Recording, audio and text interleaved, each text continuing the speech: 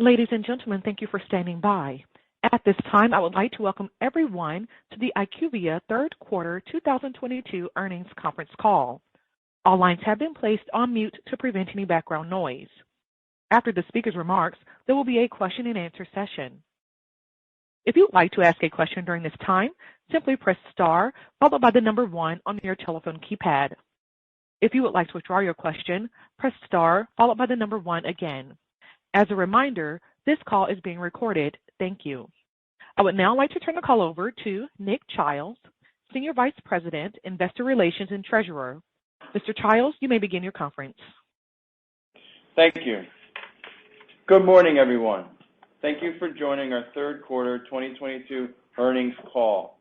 With me today are Ari Bousbib, Chairman and Chief Executive Officer, Ron Bruehlman, Executive Vice President and Chief Financial Officer, Eric Sherbet, Executive Vice President and General Counsel, Mike Fedock, Senior Vice President, Financial Planning and Analysis, and Gustavo Perrone, Senior Director, Investor Relations, who has succeeded Brian Stengel. Today, we will be referencing a presentation that will be visible during this call for those of you on our webcast. This presentation will also be available following this call in the Events and Presentations section of our IQVIA Investor Relations website at ir.iqvia.com. Before we begin, I would like to caution listeners that certain information discussed by management during this conference call will include forward-looking statements. Actual results could differ materially from those stated or implied by forward-looking statements due to risks and uncertainties associated with the company's business, which are discussed in the company's filings with the Securities and Exchange Commission, including our annual report on Form 10-K and subsequent SEC filings. In addition, we will discuss certain non-GAAP financial measures on this call, which should be considered a supplement to and not a substitute for financial measures prepared in accordance with GAAP. A reconciliation of these non-GAAP measures to the comparable GAAP measures is included in the press release and conference call presentation. I would now like to turn the call over to our Chairman and CEO, Ari Bousbib. Thank you, Nick, and good morning, everyone. Thank you for joining us today to discuss our third quarter results.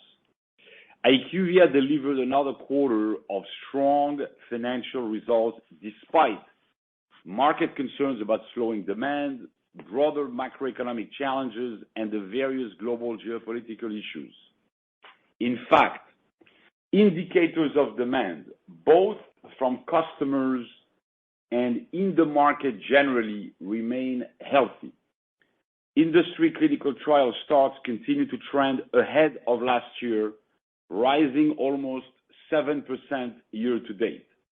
The pipeline of active early-stage and late-stage molecules are both up 8% from 2019 pre-pandemic levels. EBP funding, which has been a lingering concern since the beginning of the year when one of our smaller competitors raised alarms.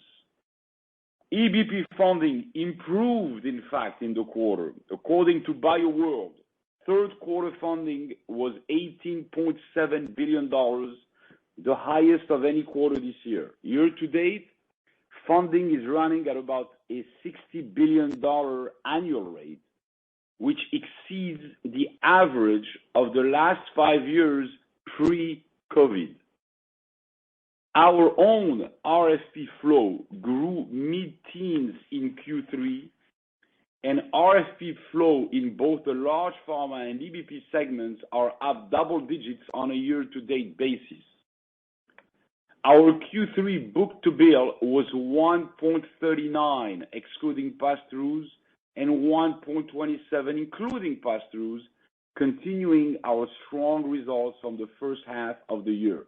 And as a result, as you saw, our backlog grew 5.4% versus prior year on a reported basis, and 9.4% excluding the impact from foreign exchange. As you can tell, we are not experiencing any signs of slowdown in demand. It also helps that we are extremely diversified. Remember, we serve over 10,000 customers in more than 100 countries, including all top 25 large pharma clients across the spectrum of therapeutic areas. Now, while demand remains very healthy, as you know, and as we have been saying throughout the year, we have been dealing with operational challenges caused by the global macro environment, including wage inflation, high levels of attrition, obviously the ongoing Russia-Ukraine disruptions, reoccurring China lockdowns that are still going on, and perhaps that's a newer development, some staff shortages at certain investigator sites.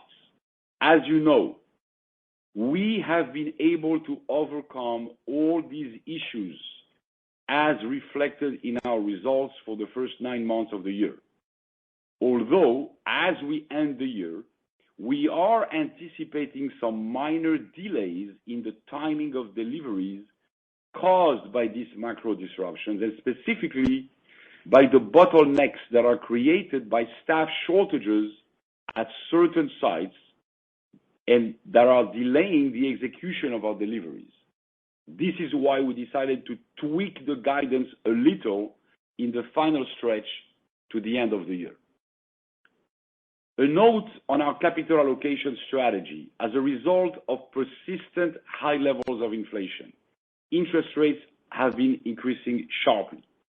In response, we are adjusting our capital allocation strategy to include some debt pay down, in addition to continuing the M&A and share repurchase opportunistically as in the past. In summary, the underlying demand in the industry and in our businesses remains strong, and we are managing through the headwinds caused by the factors I just discussed. Now let's review the third quarter in more detail. Revenue for the third quarter grew 5% on a reported basis and 10.5% at constant currency. The $22 million beat above the midpoint of our guidance range was driven by operational upside in both TAS and R&DS services, offset by continued foreign exchange headwinds. Compared to last year and excluding COVID-related work from both periods, our base businesses grew 14% at constant currency on an organic basis. Notably, on the same basis, the R&DS business was up 18% and TAS was up 12%. Third quarter adjusted EBITDA increased 11.8%, reflecting our strong revenue growth and ongoing cost management discipline, offsetting the headwinds of wage inflation that are persisting in our business. Third quarter adjusted diluted EPS of $2.48 grew 14.3%, driven by our adjusted EBITDA growth. Let me provide some color on the business, starting with the commercial and technology side.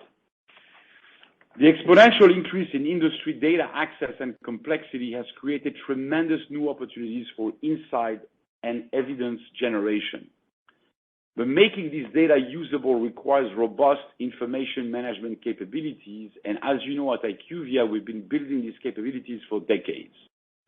In the quarter, the top 10 pharma clients selected IQVIA's Human Data Science Cloud to power large-scale data and analytics programs by centralizing and harmonizing data for 35 large countries across their primary care and specialty medicine portfolio. We continue to advance digital marketing in healthcare. We're deploying a privacy-first, open ecosystem that delivers healthcare information in a timely and personalized manner to meet the fast-changing needs of the healthcare consumer. In the quarter, IQVIA acquired Lasso Marketing, which developed an operating system that's purpose-built for healthcare marketers to coordinate and execute omni-channel digital campaigns from a single platform. In addition, DMD Marketing Solutions, which you will recall we acquired about a year ago, was recently selected by a top 10 pharma client to bring to market 13 oncology and biological brands using digital insights to deliver personalized brand content to HCPs that are relevant to their practices and interests. Demand for our commercial technology solutions remains strong. This quarter, a top 20 pharma client selected IQVIA's commercial technology ecosystem suite to transform its commercial operations into an AI-enabled commercial model. The customer will deploy IQVIA's orchestrated customer engagement suite, IQVIA's master data management, and orchestrated analytics in more than 30 countries, driving a 20% efficiency gain in customer coverage and boosting the speed and precision of their order management process. In the real-world business, IQVIA continues to lead in innovative study designs that combine multiple IQVIA capabilities. For example, in the quarter, we were awarded a multi-year portfolio of real-world studies in psychiatry from a mid-sized pharma company. We are combining faster data-driven recruitment timelines with a comprehensive home health infrastructure to reduce the burden on both the patients and the site. In another example, we were awarded a significant contract with a major medtech company to identify early markers for organ transplant rejection through a non-interventional study that combines our medtech, real-world, and translational sciences capabilities. Moving to RDS, our decentralized clinical trial, DCT program, has received independent compliance validation from EU General Data Protection Regulation, GDPR, from TrustArc, which is the leader in GDPR validation. This is a big deal. This program is highly recognized in the industry as it requires 2 separate independent audits. It's a key achievement for IQVIA as it is the first time any DCT offering has received this European data privacy validation. In addition, we've now expanded our DCT capabilities by launching the first self-collection safety lab panel for U.S. clinical trial participants in collaboration with Tasso Inc., a leader in clinical-grade blood collection solutions. Participants in clinical trials can now provide a blood specimen for lab testing in the comfort of their own home without the need to visit an investigator site or have a healthcare professional visit them, expanding our DCT offerings and capabilities. And of course, as you've seen, the overall R&DS business continues its strong momentum with services bookings in the quarter exceeding $2 billion for the first time ever. This translated into a quarterly book-to-bill ratio of 1.39, excluding pass-throughs. And including pass-throughs, the business delivered over $2.5 billion of total net new business in the quarter, with a book-to-bill ratio of 127. Over the last 12 months, our contracted book-to-bill ratio was 1.35, excluding pass-throughs, and 1.29, including pass-throughs. I will now turn it over to Ron for more details on our financial performance. Okay, thanks, Ari, and good morning, everyone. Let's start by reviewing revenue.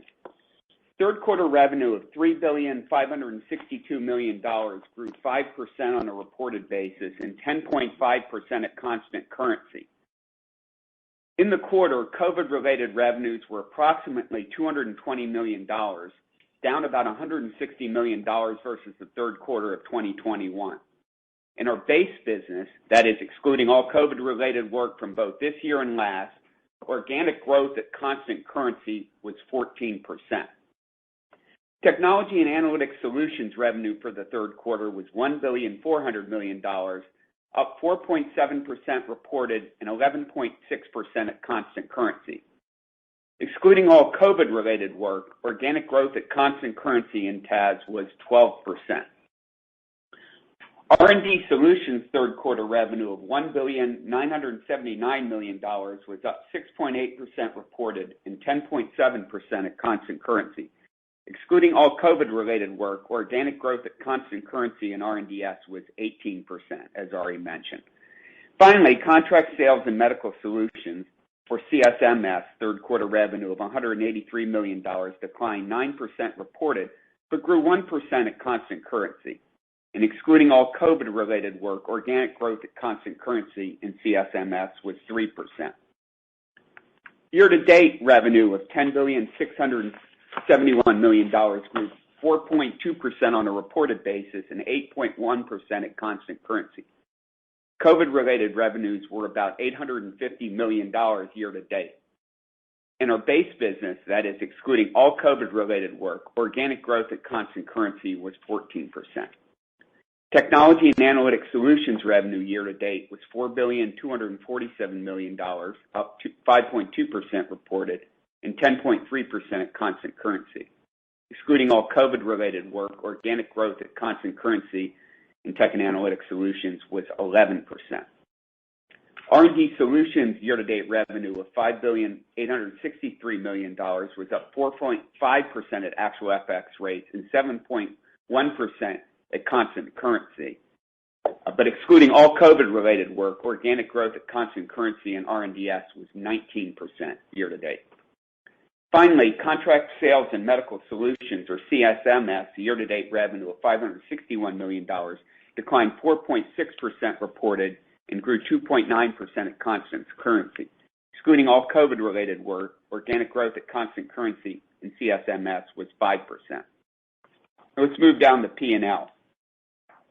Adjusted EBITDA was $814 million for the third quarter, representing growth of 11.8%, while year-to-date adjusted EBITDA was $2,426 million, up 10.6% year-over-year. Third quarter GAAP net income was $283 million, and GAAP diluted earnings per share was $1.49. Year-to-date GAAP net income was $864 million, or $4.52 of earnings per diluted share. Adjusted net income was $470 million for the third quarter, and adjusted diluted earnings per share grew 14.3% to $2.48, and year-to-date adjusted net income was $1,413 million, or $7.39 per share. Now, as already reviewed, R&D Solutions delivered another outstanding quarter of bookings.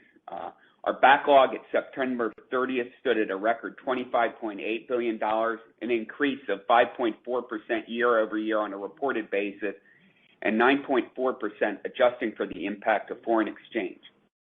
In fact, I might point out that without the impact of foreign exchange year-over-year, backlog would be $900 million higher.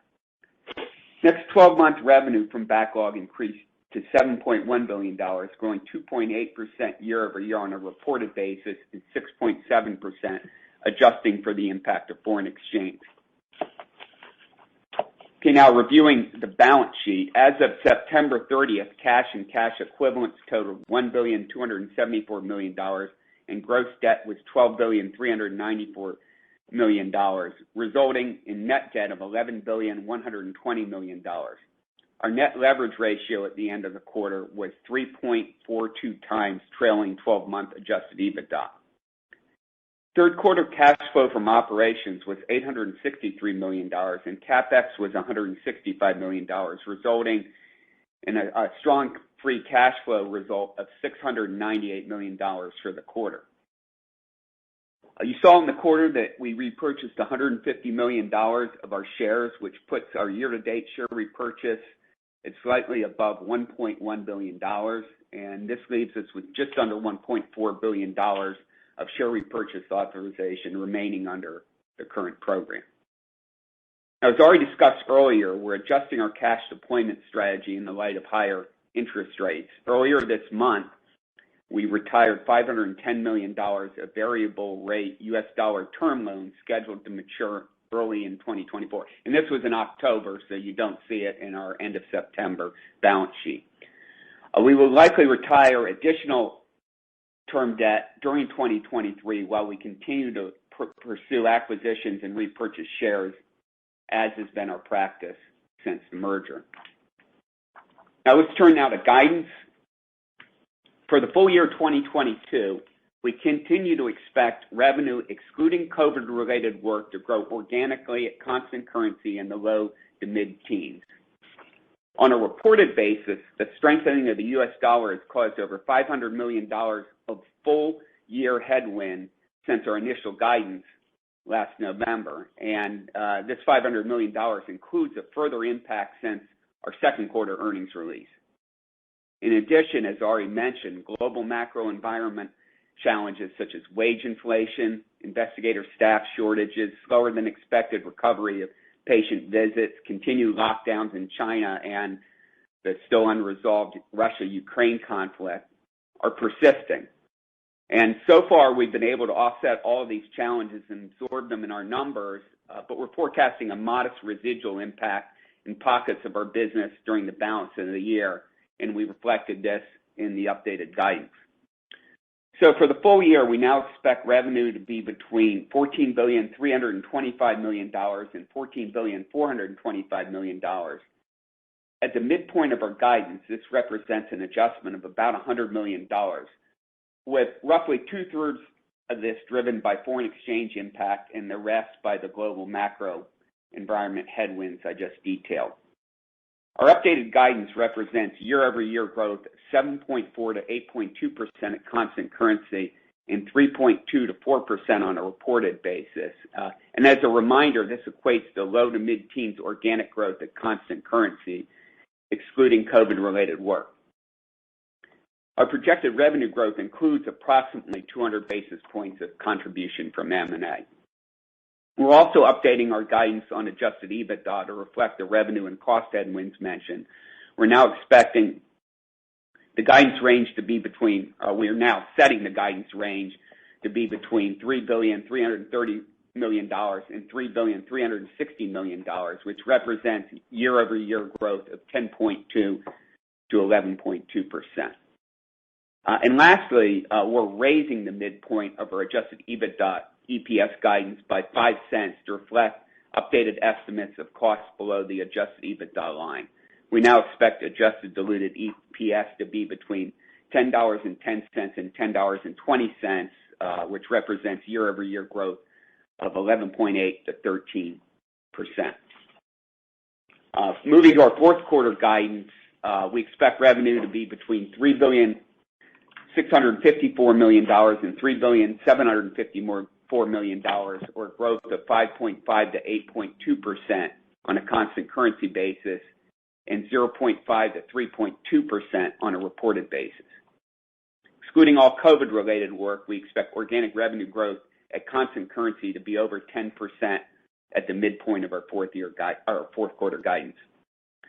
Adjusted EBITDA is expected to be between $904 million and $934 million. That's up 9.2 to 12.8%.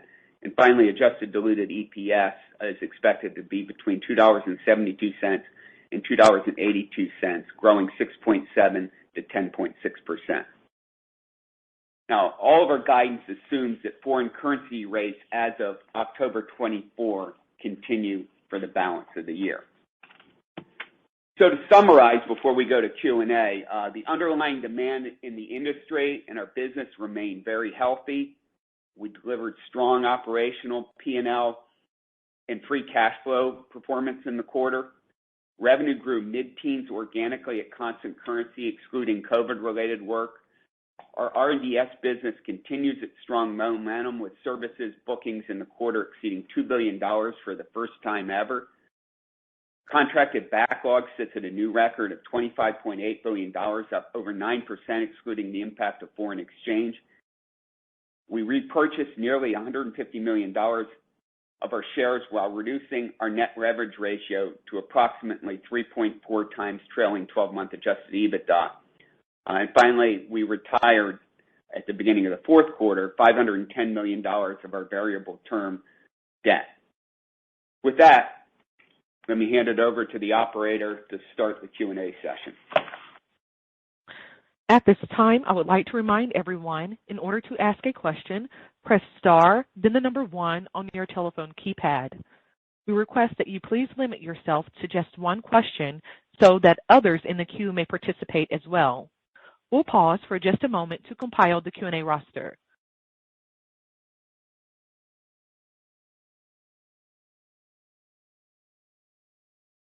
Your first question comes from the line of Dave Windley with Jefferies.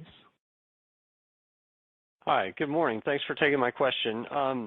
I wanted to focus on kind of speed of throughput in RDS, call it speed of studies, and thinking about major buckets that could fall both on the accelerator side and the decelerator side. So you talked about your DCT capabilities, more remote activity that could spur along throughput or recruitment of patients, finding patients that are willing to participate in studies. Maybe, clients that post-COVID are kind of pushing hard to catch up for things that were pushed behind during COVID. And then on the other side, these things that you've highlighted around staff shortages at sites, things like that, maybe therapeutic mix in your backlog might be lengthening. That's something that's a trend in the industry. So it just seems like, relevant to how quickly you can convert your backlog into revenue or these factors. And I wondered, Ari, if you could kind of help us understand, the tug of war there and which one's winning. Well, good morning, David. Thank you for the question. And there are many elements of response built in your question itself. You clearly know the industry and what's happening very well. Look, as a context, as you all know, in the field, patient visits have not fully recovered to pre-pandemic levels. So that's point number one. I think it was presented at an industry conference recently. I think it was on October 7th, Society for Clinical Research Sites Summit. This issue of staff shortages that are affecting investor site operations was flagged as a development industry-wide. So that, if you will, is on the negative. Now, you're correct to point to DCT as obviously, the less we require the patient to actually visit the site, the better it is as a counter to this issue. Now, we don't see this issue as a sort of permanent or ongoing thing. It happens to be that what we have been dealing with and we've been talking about from the beginning of the year, which is very high levels of attrition. People have a hard time going back to work. We have a harder time recruiting the skill sets that we require. Plus the impact on, cost of labor that all of that has. All of these factors in combination are a significant or the single most important operational challenge we have seen. And as we've mentioned many times, we've been dealing with that and offsetting the impact of these issues with our productivity initiatives and cost reduction programs. Now, we're not the only ones to experience these staff shortages. The sites also have staff shortages as a result of the same factors. And, when they have to prioritize dealing with the incoming flow of patients versus dealing with clinical trials. And so that's a development. You mentioned also the complexity of studies as a new factor, and I think this is also correct. There is the mix, not just in our backlog, I think it's industry-wide, that happens to be the evolution of the market. The mix of studies makes the factors I just mentioned even more acute. As you know, recruitment of patients is correlated. The difficulty to recruit patients is correlated with the complexity of the study. Now, this is an area where we can shine because we've got our data analytics and our technology, and we've proven many times that we are able to address complex studies and recruit patients better than we would have had otherwise. So, which side is going to win? It's hard to tell. But look, so far, I mean, through the year, we've been able to address all of those. I mean, you've seen our numbers every quarter. We have been able to beat our own expectations, and that's because we've been able to address it. We have a very diversified, large-scale company, and we are able to address it. We're not dependent on one single study. You know, had we been a tenth of the size, you know, we would be, you know, highly sensitive to a big study win or a big study loss. We're not. You know, we just tweaked a little bit the fourth quarter numbers here just because we want to make sure we anticipate everything and be transparent and put this out to investors. Thank you for your question, Dave. Yeah, thank you. Your next question comes from the line of John Sobier with UBS. Hi, thanks for taking my question. I was just wondering if you could talk a little bit more on the inflation and hiring trends, and you also mentioned some attrition in the prepared remarks. Just, you know, how do you see this playing out into next year? I know you're not guiding on 2023, but do you see some easing on the trends there? And then on the other side, I guess, how is pricing looking, and are you able to offset any of these pricing, these inflationary pressures on pricing? Thanks. Thank you, John. That's a very good question. That is exactly the operational equation that we are dealing with. And again, there's no news here. We've been talking about this throughout the year. We've been saying this is the single most significant operational challenge we're dealing with is talent, and the cost of the talent. Recruiting, training, retaining, and compensating the talent that we need to execute our studies. The levels of attrition reached record highs. I mean, you're talking about almost 20% sometime in the first part of the year. We have seen those levels of attrition come down and stabilize. Now, they're still very high. It's now more in the, 16-17% type of range, and it's stabilized there. And we hope that they're going to continue to come down. Obviously, we put in place a very large number of measures to retain people, and those include not only, but they include, the upward compensation adjustments, which again places more burden and creates, inflation that we have to deal with. This is, as I just mentioned before, the same issue industry-wide and including at our partner sites where we execute the studies, which is creating the bottlenecks that we talked about for us to execute. But as far as our operations, we don't know how long these attrition issues and employee turnover and headwinds will last. We are dealing with them. I can tell you that many of the cost-cutting and productivity initiative programs that we were planning to launch in 23, we have decided to accelerate, and we're starting many of them in this fourth quarter of 2022, in anticipation of potentially continuation of some of these, employee turnover and wage inflation issues. So we are going to address that as far as our operations. Now, you asked the balancing question, which is how are we able to reflect that on pricing? Now, as you know, on the CRO side of the house, it's a long cycle business.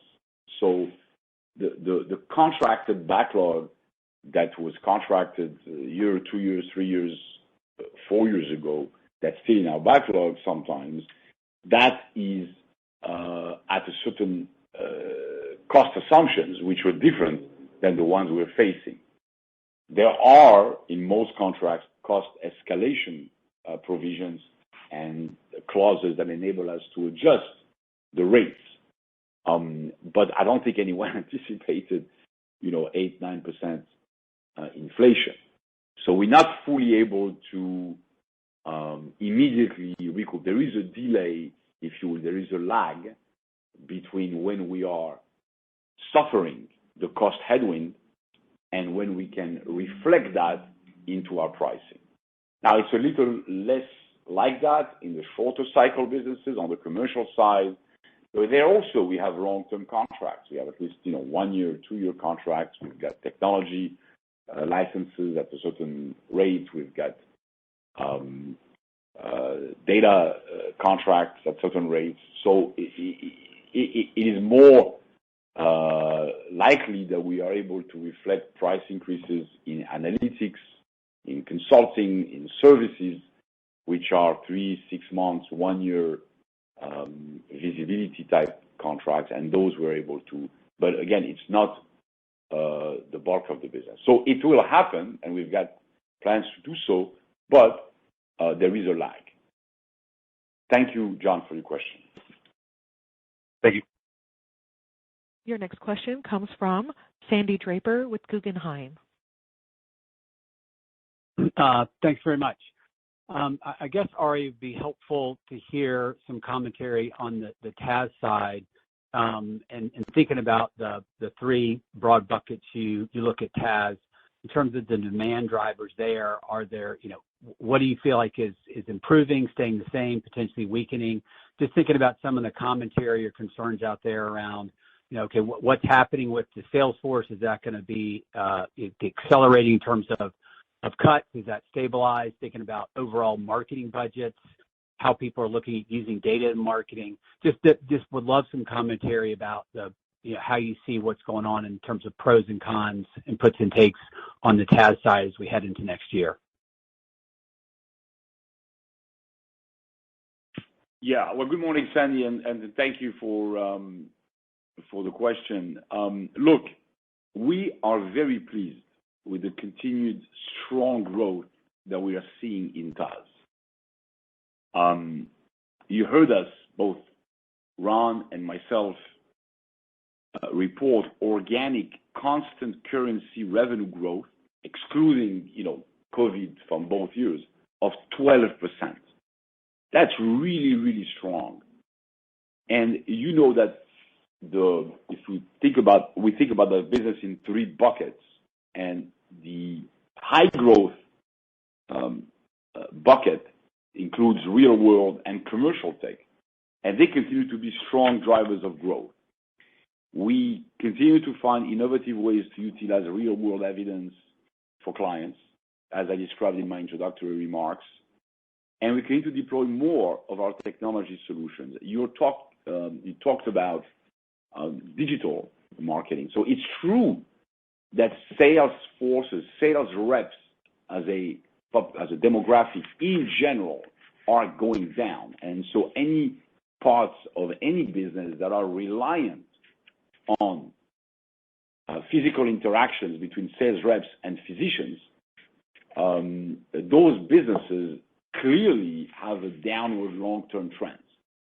So people who are dependent on CRM, for example, are going to experience headwinds. Now, as I have mentioned many times before, we have been long ago at the forefront of the transition to digital marketing. Interactions with HCPs are now rapidly evolving towards digital interactions. And I mentioned in my introductory remarks some examples. We made investments in this area. We bought D&D Marketing last year. We bought Lasso this past quarter. These are unique. This is kind of an operating system that enables pharma clients to buy and decide where to place promotional content. This is where the industry is going. We've made investments. We've bought technology and companies that we feel are unique and will enable us to, claim our fair share of that market. And we are here to support our clients in this transition. So you're absolutely correct. Overall, the traditional mode of going to market is going away. It's a slow trend downward, but it is downward. But it is more than offset by growth in digital marketing, and that's what we've been investing in, and that's what's growing in our business. Thank you, Sandy. Great. That's really helpful. Thanks, Ari. Your next question comes from the line of Shlomo Rosenbaum with Stifel. Hi, good morning. Thank you for taking my question. This one is actually for Ron. Given the rise in interest rates and your focus on retiring more debt, can you give us a little bit of color as to how we should be thinking of the blended interest rate that we should assume on debt? And are you targeting kind of a leverage ratio instead of the mid threes, low threes? Like, how should we be thinking about this? Just more of an ongoing basis. Yes, thanks for the question, Shlomo, and it's very topical given the interest rate environment these days. And we haven't provided comprehensive P&L guidance for 2023 at this point. But it's an important enough issue. I want to give you a little bit of color around that in addition to what our strategies are to deal with it. Let's start with the strategies. You saw that we paid down debt in the fourth quarter. It was a term loan that was coming due, $510 million in early in 2024, and comparatively expensive. And we'll be looking to pay down some additional term loan debt that's near term in maturity as we go through next year. So you'll see us talking about that. As far as our leverage ratio, that's been gradually trending downward. It was at 3.4 as we exited Q3. I would expect that as we go through next year, we'll hit that or get close to anyway that 3 target that we set for the end of 2025. I think we're going to get down to that level sooner rather than later, and possibly by the end of next year. Now, as far as interest expense goes, we're not in the business of forecasting rates. So in precisely forecasting interest expense depends on what you think is going to happen with rates. But we can give you some help if we just look at where the market consensus for rates is and kind of project outward from that. We think that in Q4 interest expense will be about $130 million, give or take. And you see that's a fairly substantial step up from where it has been. And actually the run rate exiting the year at the very end of the quarter will be about $140 million per quarter. And if you extend that out, you don't have to be a math major to say it's, $560 million is kind of an annual rate exiting the year. And if there are further increases, modest increases in rates as we go into the first quarter, which was what the market is projecting, we'll see then that number could go higher. We also have a swap rolling off at the end of Q3. So, you could see interest expense next year, getting higher than 560, maybe approaching $600 million. We'll see. But, you have to keep in mind that this depends on a lot of things. It depends on central rate actions, our cash flow, how we choose to use our cash flow next year and so forth. But this should get you in the ballpark anyways for your models. I know some people have been struggling with that. So I wanted to be a little bit more explicit than we had been in the past when we said, count on like $16 million for each quarter point of interest increase. Right.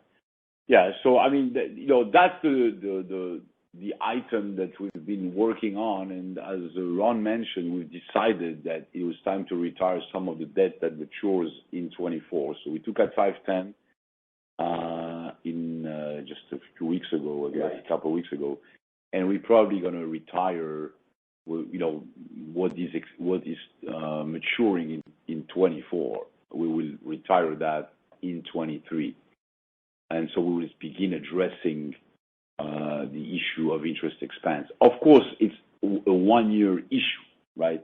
From a comparison standpoint, we likely will have a step up in interest expense in aggregate for us in 23 versus 22. But, from then on, hopefully, rates are going to either stabilize or decrease. If you look at the forecasts by the individual governors of the Fed. And you've got these charts with every dot representing each governor's anticipation of rates, and they are really all over the map. For 2024, ranging from 2.5 to 5%. So, hopefully at some point the rates will go down, and then it becomes a tailwind, so to speak. But certainly, going 22 to 23, it'll be a headwind that we have to address, and we're planning to address and take other actions on other fronts to mitigate that impact. Thank you. Your next question comes from the line of Justin Bowers with Deutsche Bank. Hi, good morning, everyone. Just wanted to follow up on the comments around labor, and with we're seeing obviously some turnover in or some changes in the Bay Area, and then in some of your clients as well. So wanted to get a sense of if the labor pressures that you're seeing are isolated in any specific pockets or geographies, and if some of the the turnover we're seeing in those other areas provide you an opportunity to either hire talent, notably in TAS, or just combat some of the inflation. And then, the follow-up to that would be with some of the labor issues at the sites, is there a way to provide us some goalposts on what the backlog conversion would be, over the next 12 months in light of what you're seeing at the site level? Yeah, thank you very much for your question. Look, given the strength of the industry backdrop, there's obviously competition for talent. Right? That's number one.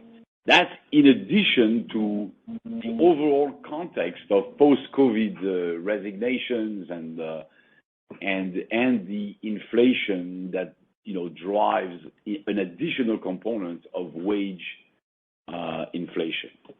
Now, we are actively recruiting and hiring, thousands of people. The numbers are staggering, the number of people we bring on board in order to meet the incremental demand. And of course, we've had this attrition issue that I mentioned earlier. We have approximately 83,000 employees. We recruit, as I said, thousands and thousands of employees a year. So we do have the capabilities. We are focused on it. Now, which pockets? Obviously, it's CRAs, it's operational people, it's project leadership. It's really frontline execution, field skilled professionals. And that's where the issues are.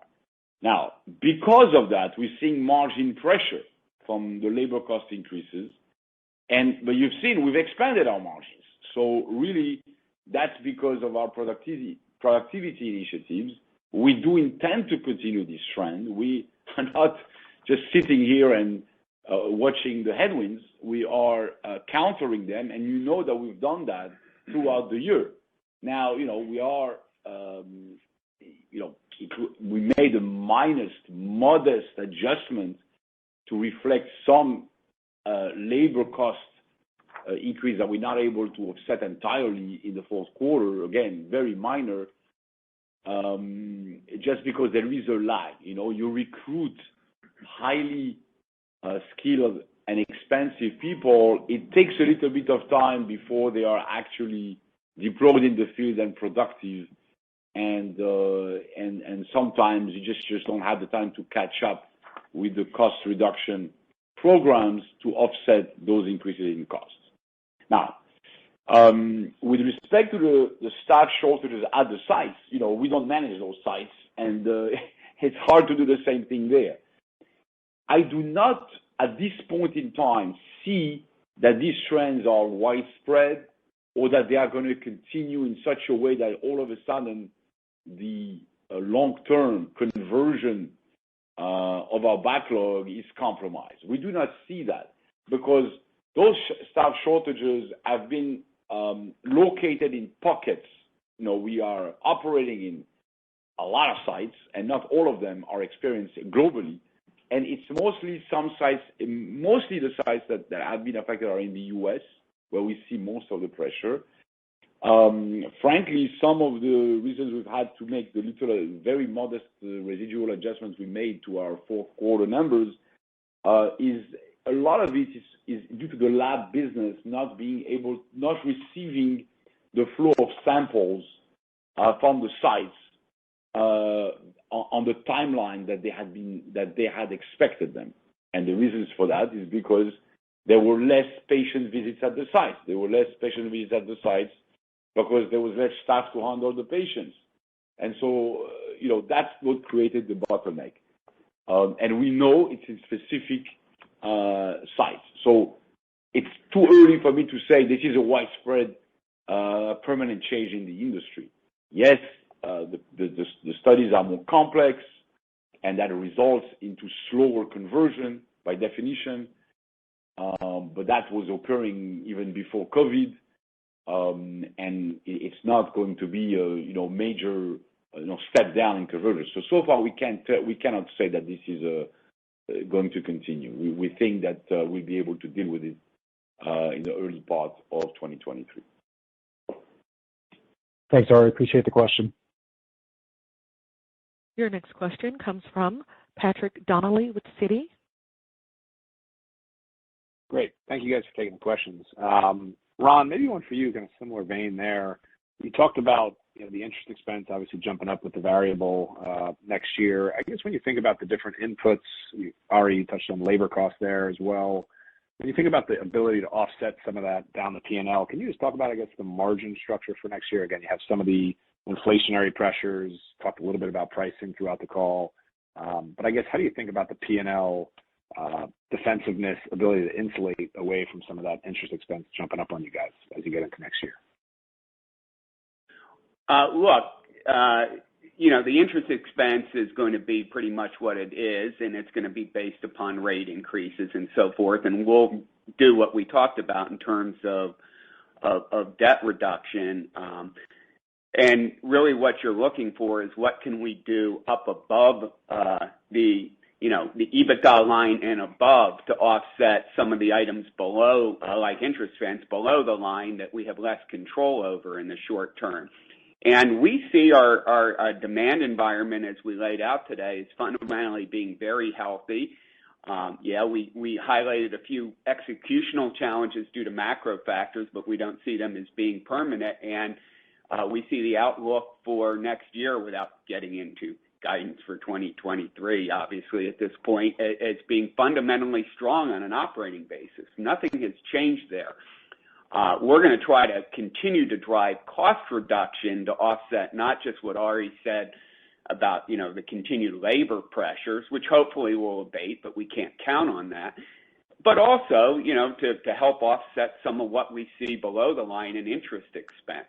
And, we'll be coming out with guidance in the February timeframe and lay it all out for you then. Yeah, and again, you're absolutely correct, Patrick. We are exactly working on this. I mentioned earlier that we have plans. You will recall when we gave our 20 by 25 targets, which by the way are unchanged.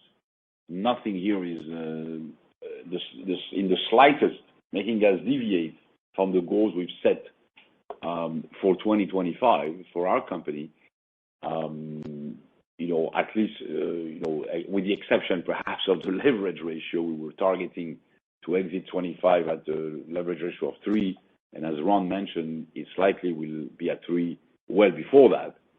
But other than that, our goals are the same. The road to those goals may not always necessarily be a straight line, but the goals haven't changed. Now, in support of these goals, we had over the next 3 years a series of programs and productivity initiatives internally, and we've decided, in light of both the increased below-the-line headwinds for 23 and a continued labor inflation, which we are assuming as a given, we decided to accelerate the programs we were supposed to initiate in 23, and we are initiating them in the fourth quarter of 22. So the answer to your question is absolutely yes, and that's the plan.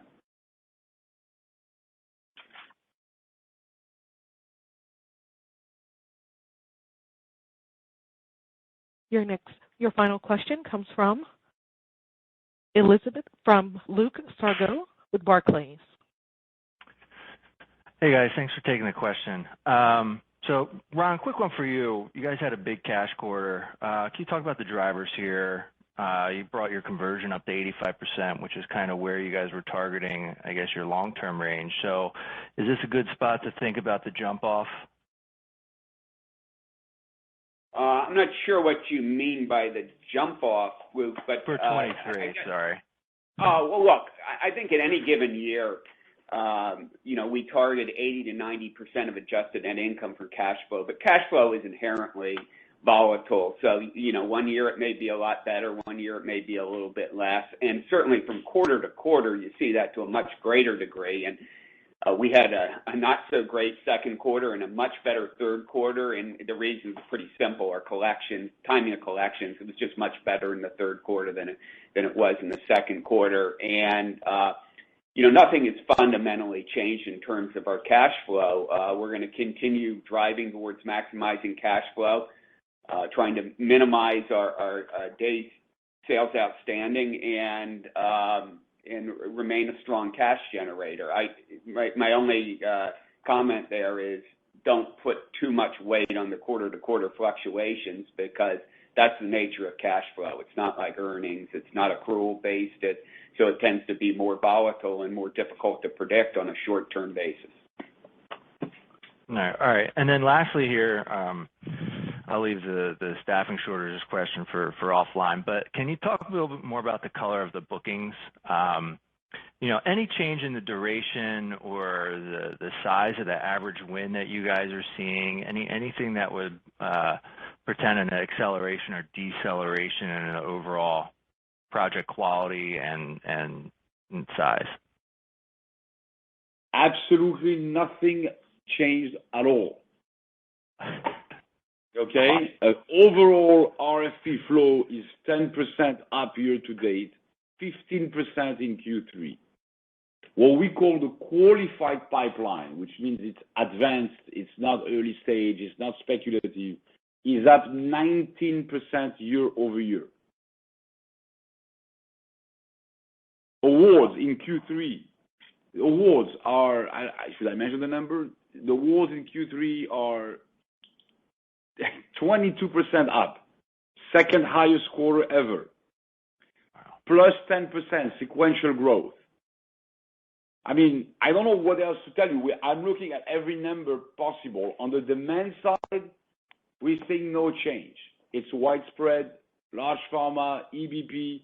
We've been saying this from the beginning of the year. You guys are not believing us, but the numbers are showing and I guess everyone else is coming to the story as well. Oh man, I appreciate it. Thanks, Ari. Love it. Okay.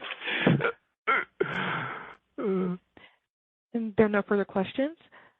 Mr. Childs, I will turn the call back over to you. Okay, thank you everyone for joining us today. We look forward to speaking to all of you again soon. The team will be available the rest of the day to take any follow-up questions that you may have. Thanks everyone. This concludes today's conference call. You may now disconnect.